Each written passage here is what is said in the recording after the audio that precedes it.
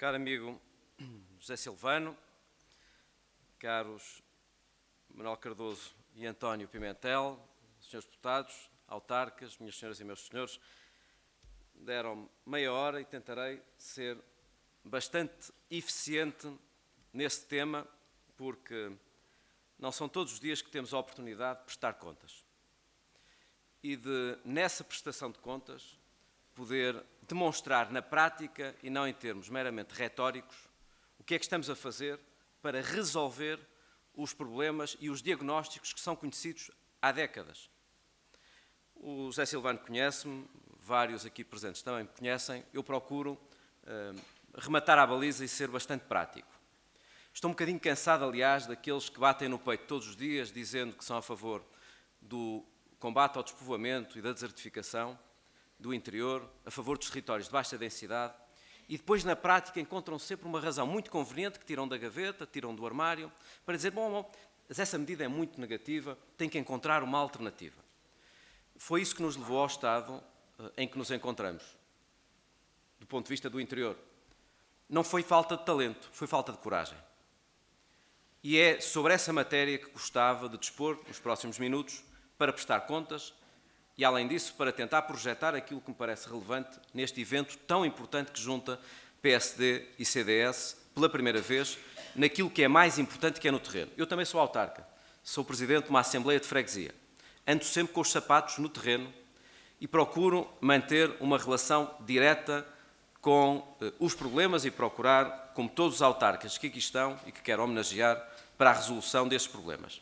Aqueles que são autarcas sabem que a primeira porta a que recorrem os cidadãos é a do Presidente da Junta de Freguesia ou do Presidente da Câmara Municipal. Em zonas mais afastadas de Lisboa, isso é ainda mais relevante. E por isso é muito justo, muito correto, muito adequado ter começado precisamente por uma convenção autárquica esta caminhada conjunta para as eleições legislativas. Vamos então ao essencial.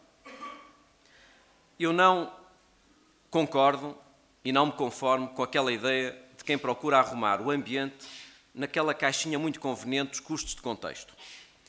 Essa ideia é uma ideia ultrapassada. O ambiente, o ordenamento do território e a energia não só é determinante para salvaguardar direitos destas e das próximas gerações, mas é hoje cada vez mais importante para criar riqueza e para criar emprego.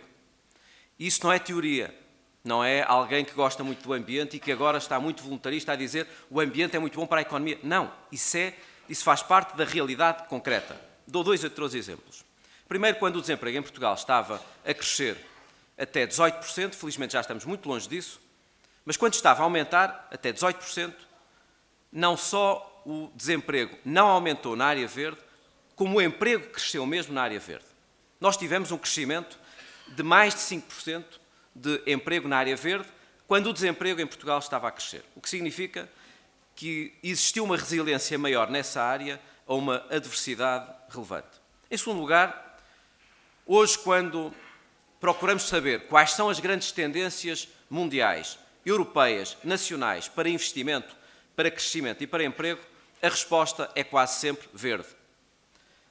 Nós sabemos que existem necessidades de investimento de 50 bilhões, portanto 50 trillion dólares na área da água, saneamento, resíduos, energia e mobilidade, à escala internacional, nos próximos 15 anos.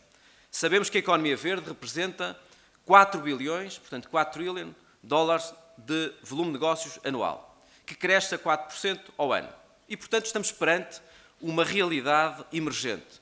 Ora, Portugal tem nesta área talentos, tem recursos, tem infraestruturas, tem uma opinião pública favorável.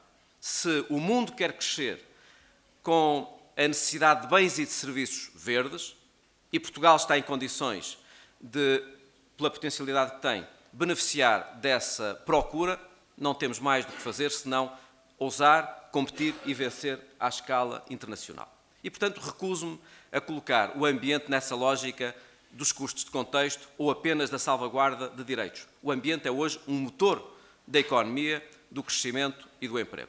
Segunda questão, também não faz qualquer sentido não ligar a área do crescimento verde à coesão territorial. E era aqui que eu basicamente queria chegar para poder enunciar algumas medidas concretas que, julgo eu, darão um resultado muito positivo para os territórios de baixa densidade ou para o combate ao despovoamento. Em primeiro lugar, o tema das águas. José Silvano já o enunciou. Este é um tema que está há mais de 20 anos enunciado como necessitando de uma reforma. E é muito fácil perceber porquê. Nós conseguimos chegar, e os senhores presidentes de Câmara aqui presentes e ex-autarcas também sabem disso, nós conseguimos chegar com 95% da população a partir de rede pública. Temos 80% de tratamento de águas residuais. Temos 99% de água controlada e de qualidade.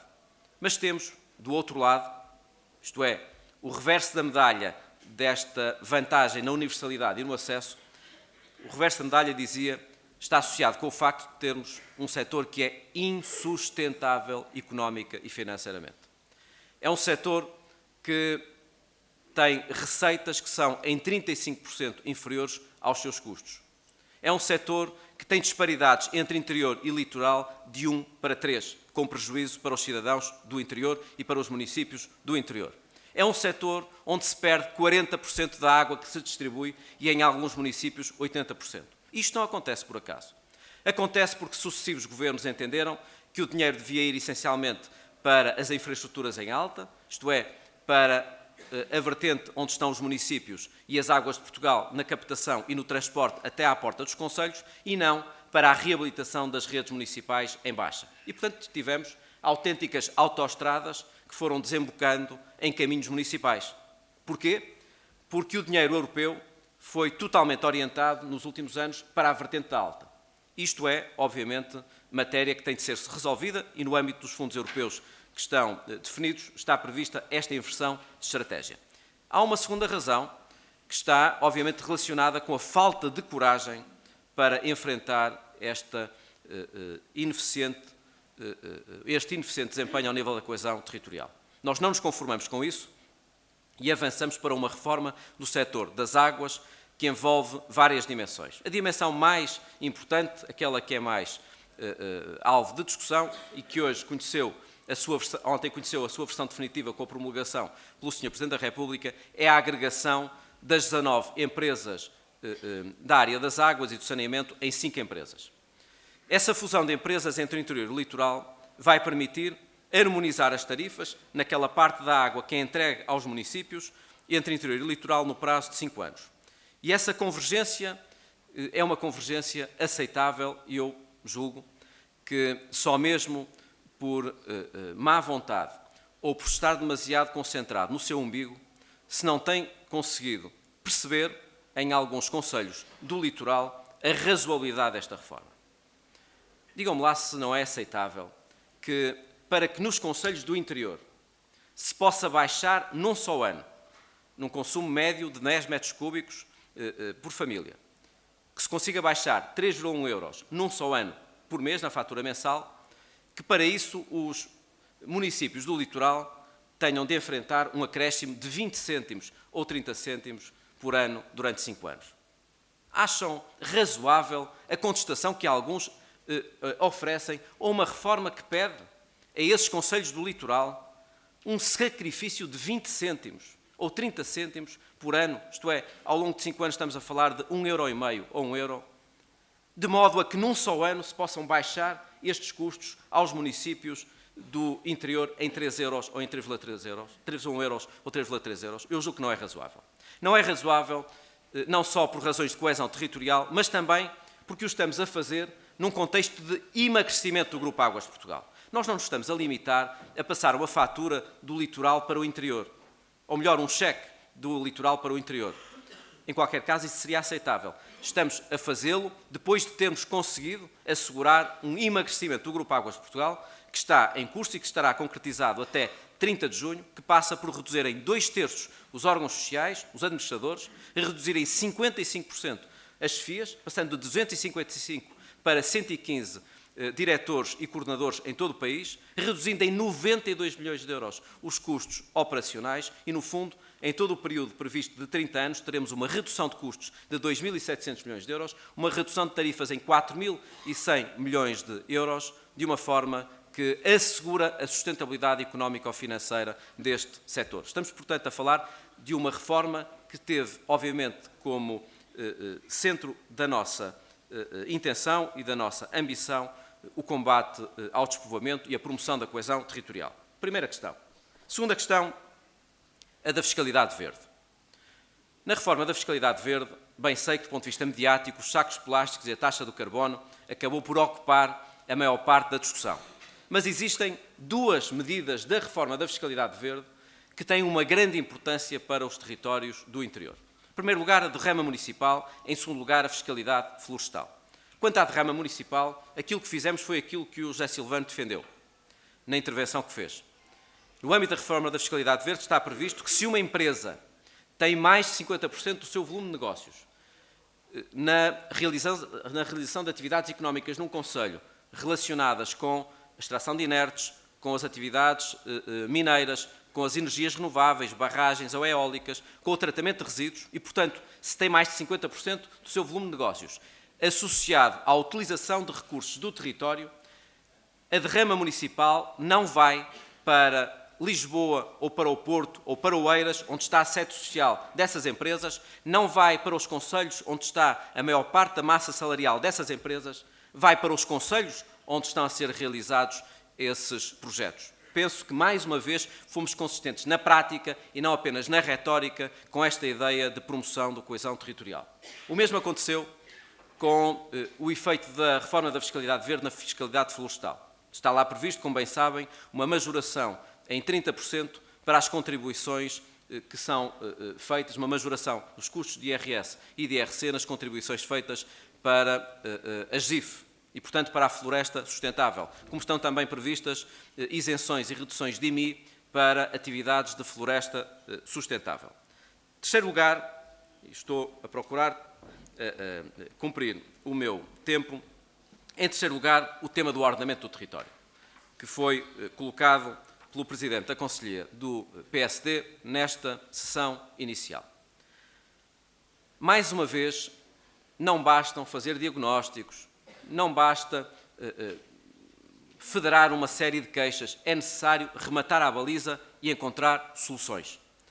O facto de termos no mesmo território planos que não comunicam entre si, que se alteram de uma forma assíncrona, que não coordenam atividades entre municípios vizinhos. Esse tipo de planeamento não deu os resultados de que necessitávamos. O diagnóstico está feito há muito tempo e, portanto, a nossa reforma, que foi aprovada há alguns meses, supera este tipo de constrangimentos e, a partir de agora, os cidadãos não têm de conhecer o PDM, não têm de conhecer o plano de ordenamento da área protegida, não têm de conhecer o plano de ordenamento da orla costeira, se estiverem no litoral, não têm de conhecer o plano setorial da rede Natura, não têm de conhecer os planos da Albufeira, têm de conhecer um e um só plano, que é o plano diretor municipal. E esse plano diretor municipal é o único que passa a vincular os privados e os cidadãos, e nesse plano diretor municipal, que terão de ser alterados nos próximos 3 anos, terão de ser integradas todas as regras que estão dispersas por todos estes planos. Esta é uma alteração de fundo.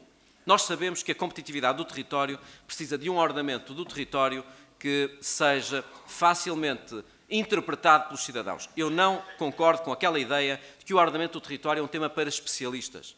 Dificilmente encontramos um tema tão importante para os cidadãos como o ordenamento do território. Ora, se este é um tema para os cidadãos têm de estar em condições de interpretar, de participar, de intervir e de escrutinar. Esta foi a primeira alteração importante ao nível do ordenamento do território. E temos, portanto, 3 anos para este esforço enorme de integração no PDM de todas estas regras dispersas por planos e programas. Em segundo lugar, passa a haver apenas 2 classes de solo, solo rústico e solo urbano, e não aquela classe de solo urbanizável que acabou por retirar muita capacidade para a reabilitação urbana. Em terceiro lugar, promove-se o desenvolvimento intermunicipal. Não é normal que municípios vizinhos tenham, muitas vezes, lógicas de ordenamento do território que são inconciliáveis. Nós não estamos em condições de dispensar uma gestão conjunta de infraestruturas e equipamentos sociais. É importante que os municípios possam trabalhar o tema do ordenamento do território sem fronteiras. Não estou a dizer que vamos, obviamente, promover uma redução de competências ou de responsabilidades próprias no território dos municípios. Pelo contrário, nós queremos que, à medida que os municípios ganham competências nesta área, também ganhem abertura e capacidade de compromisso entre municípios vizinhos. Não faz sentido, de facto, não promover esta lógica intermunicipal. Em quarto lugar, ao nível do ordenamento do território, deixaremos de ter loteamentos que reservam o solo durante anos só porque se plantaram uns candeeiros. Porquê? Porque nessa reserva de solo, que às vezes é assegurada durante décadas, acabamos por retirar às câmaras municipais capacidade para gerir bem esse território de acordo com a nova realidade socioeconómica. E acabamos também por prejudicar os outros contribuintes e os nossos concidadãos.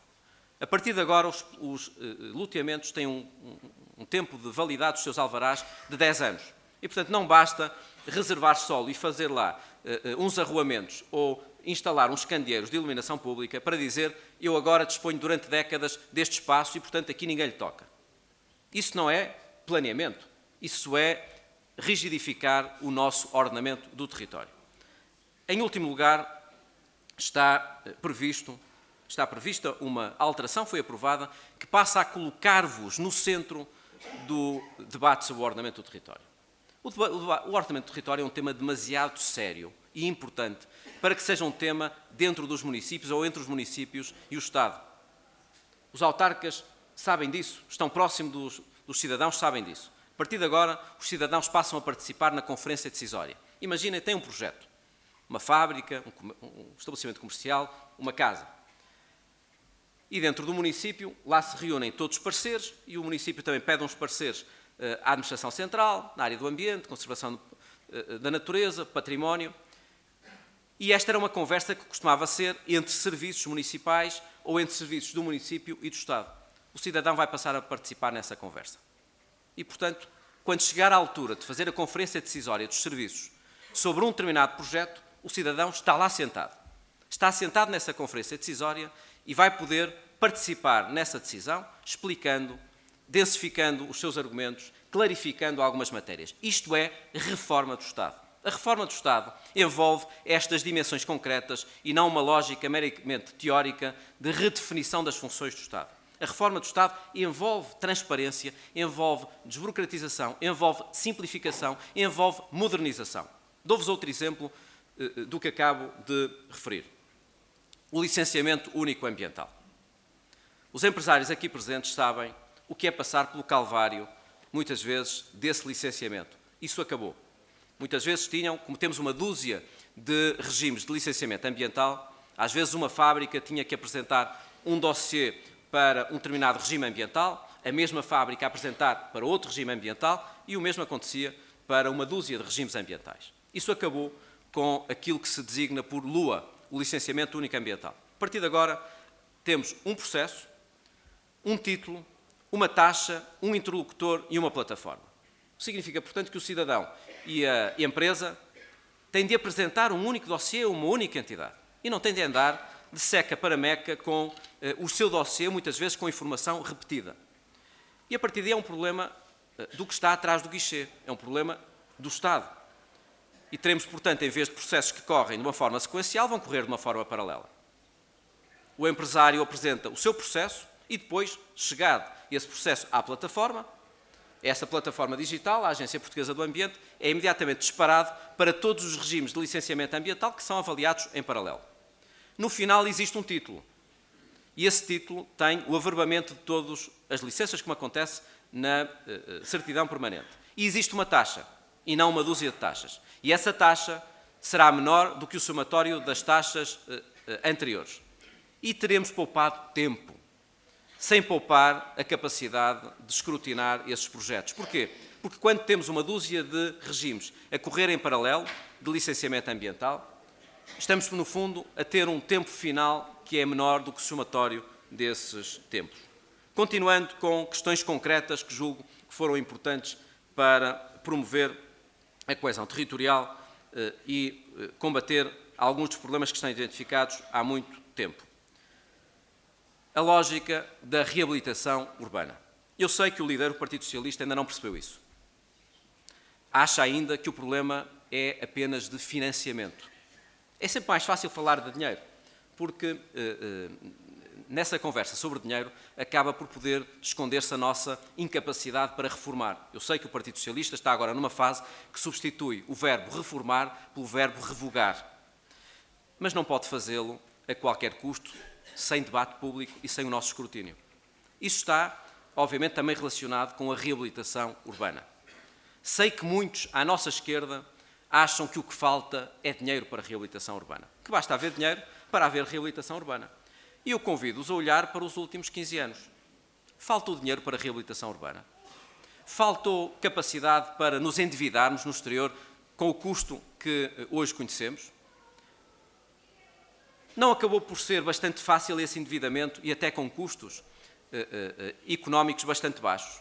Não foi nem o crédito fácil e barato, nem o endividamento que foi promovido capaz de resolver o problema da reabilitação urbana. Vamos então ver o problema da reabilitação urbana e verdadeiramente ver quem é que o pode resolver e como é que se pode resolver. Imaginem uma casa em Mogadouro, ou em Mirandela, ou em Bragança, ou em Lisboa, ou no Porto. Quando apresentam um projeto para a reabilitação urbana dessa casa, chegam à conclusão que as regras de reabilitação urbana são tão exigentes como as da nova construção, com um pequeno problema. É que não é o mesmo reabilitar e construir. Nós sabemos que quando reabilitamos uma casa não é possível passar de um momento para o outro para áreas mínimas maiores. Não é possível assegurar elevadores em todos os prédios. Não é possível assegurar vãos de escada com a mesma dimensão. Não é possível assegurar comportamento acústico ou de eficiência energética idêntico ao da nova construção. O que é que aconteceu na prática nestes anos? Porque não é por acaso que temos 1/3 dos fogos em Portugal em situação degradada. E não é também por acaso que temos 700 mil fogos devolutos. Há sempre uma razão, e a razão não é o dinheiro. Quando se torna a reabilitação urbana tão difícil ou tão exigente como a nova construção, estamos a dizer basicamente ao cidadão de Mogadouro, de Bragança, de Mirandela, de Famalicão, de Macedo de Cavaleiros, de Lisboa ou do Porto, que em vez de reabilitar deve construir. Porque se é mais fácil e mais barato fazê-lo, as pessoas seguem aquilo que é mais fácil e mais barato. Como é que isto se resolve? Com aquilo que foi assegurado com uma reforma deste Governo na reabilitação urbana. Foi o regime excepcional de reabilitação urbana que prevê a derrogação, durante 7 anos, destas regras que, de tão exigentes, por serem iguais à nova construção, tornavam a reabilitação urbana incomportável, técnica e financeiramente. Sabem quanto é que se vai conseguir reduzir de custo da reabilitação urbana? 40%. Isso sim é mais importante do que falar daquilo que é mais fácil, que é o dinheiro. E agora falemos de dinheiro. Porque nós só temos credibilidade para falar de financiamento à reabilitação urbana depois de termos conseguido intervir naquilo que é importante, que era uma falha de mercado, no ordenamento do território e neste regime excepcional de reabilitação urbana. E agora sim, temos no âmbito dos novos fundos europeus 1.000 milhões de euros de fundos europeus para eficiência energética e reabilitação urbana, que poderão, com ligação com fundos do BEI e de investimento privado, ter 3 a 4 mil milhões de euros totalmente alocados para a reabilitação urbana. Mas a vantagem é esta, é que é um investimento que vai poder ser reprodutivo, porque não basta atirar dinheiro para cima do terreno se nós sabemos que é importante que o terreno esteja preparado para que esse investimento seja reprodutivo. Finalmente, e porque poderia falar de muitos outros exemplos, e quero cingir-me à meia hora, e estou a 5 minutos desse limite, finalmente o tema da energia. Eu tenho, como disse o José Silvano, a área do ambiente, do ordenamento do território, da energia, da habitação, procurei promover a coesão territorial em todos os casos. E também no caso da energia. Energia não é eletricidade. E sei bem que muita gente, quer da Troika, quer do debate público, gostava que limitássemos a conversa da energia à eletricidade. Esse é um debate preguiçoso. A eletricidade representa 25% do consumo final de energia. Deixem-me então dizer-vos o que é que fizemos na eletricidade, mas também o que é que fizemos, apesar da Troika, por iniciativa do Governo português, por reformismo do Governo português, na área do gás e na área dos combustíveis. Começando pela eletricidade. Fugimos àquela lógica de empurrar para outros aquilo que não temos capacidade para resolver. E também fugimos à lógica de promover uma dicotomia sustentabilidade-competitividade. No fundo, alguns diziam, se os senhores querem promover as energias renováveis não podem travar a dívida tarifária. Se os senhores querem travar a dívida tarifária, têm que travar as energias renováveis. E essa foi a conversa que esteve muitas vezes no debate público. E julgo que nós conseguimos demonstrar que podíamos ter o melhor de dois mundos. Que era, por um lado, resolver essa mochila de dívida tarifária que herdamos. Quando este governo chegou, foi-lhe colocada uma mochila às costas, não apenas na questão orçamental, mas também na área da energia. Uma mochila que previa uma dívida tarifária de 6 mil milhões de euros em 2020. Como é que resolvíamos isto?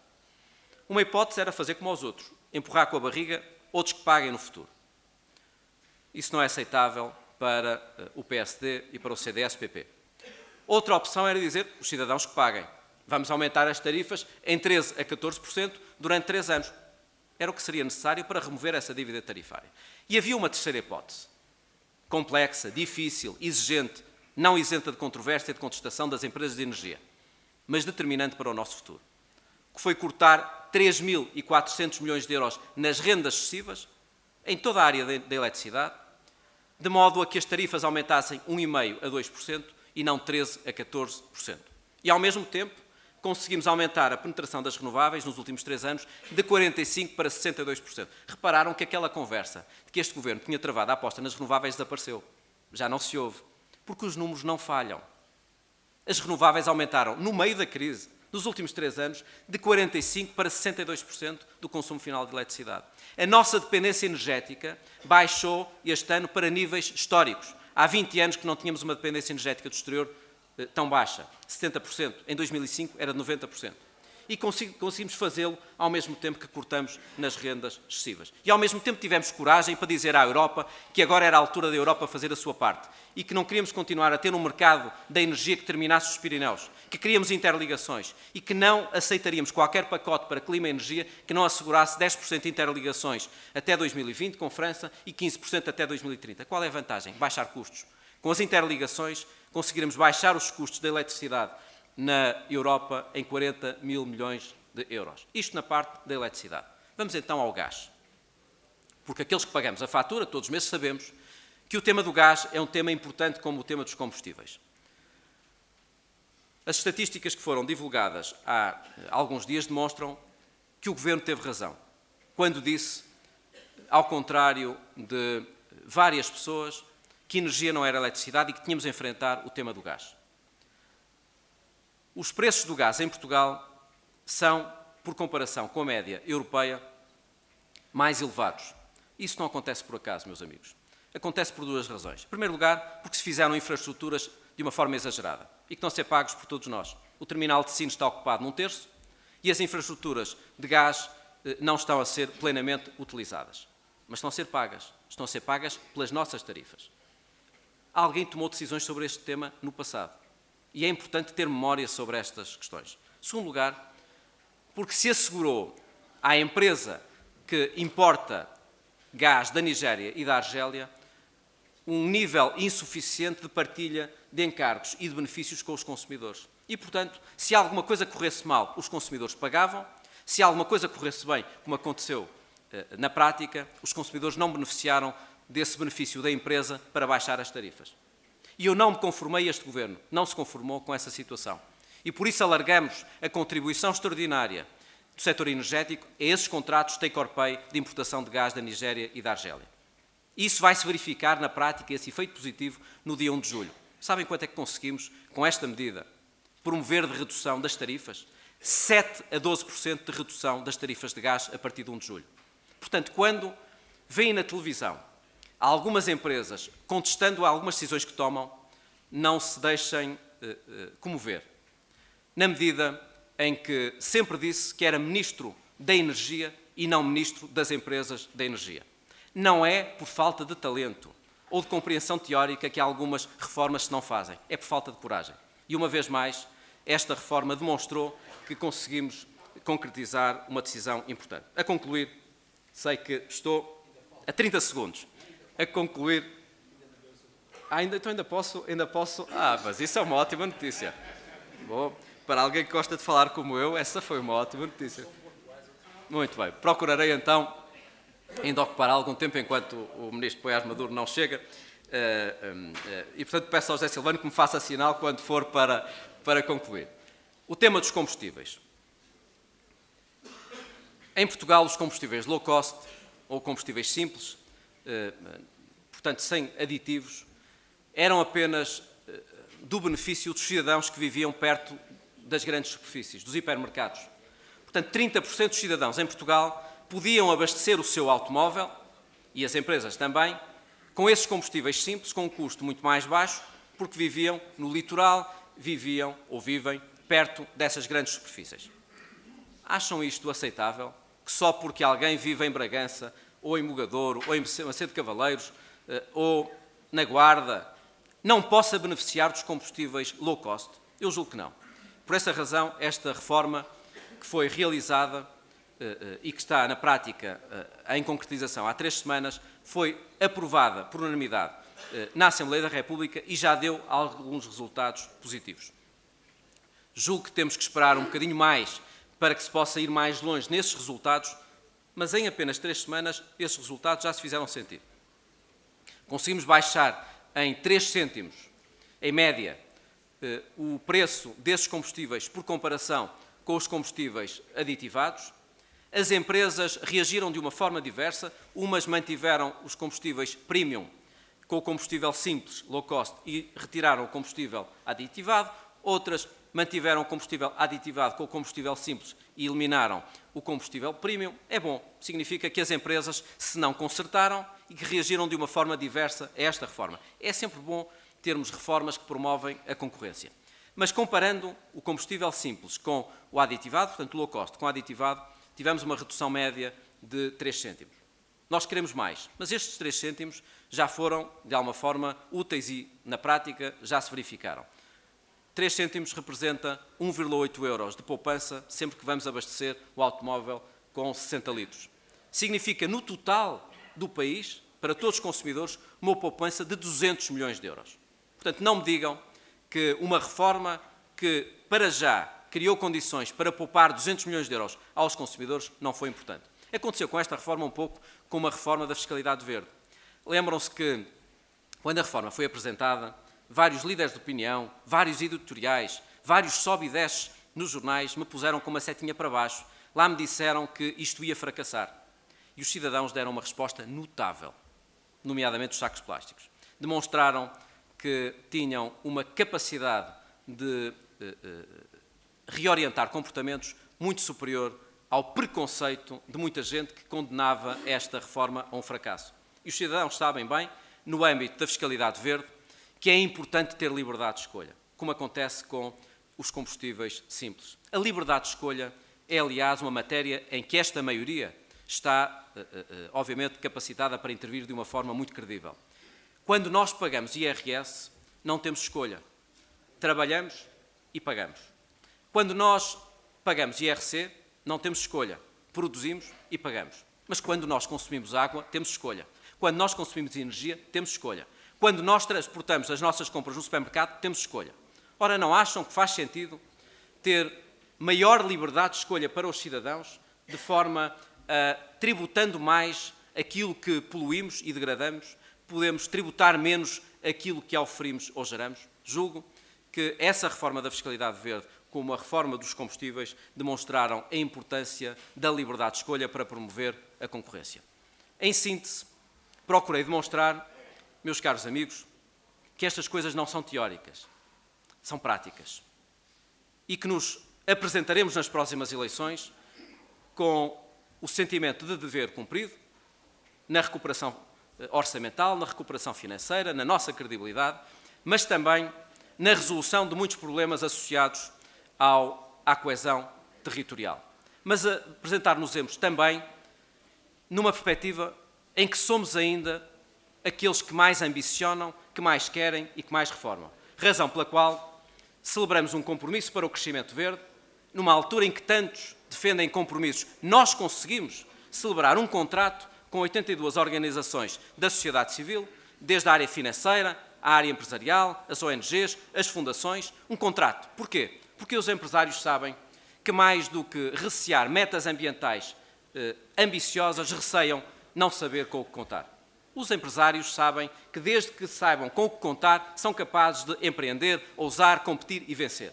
E por isso este contrato, o Compromisso para o Crescimento Verde, assegura previsibilidade, ambição e estabilidade e procura fazer desta área uma área em que o nosso crescimento envolverá ritmos de aumento de 5% ao ano, o emprego verde 4% ao ano e, no fundo, posicionar Portugal como um líder mundial nesta área. E hoje posso dizê-lo com propriedade que já somos AAA na área verde.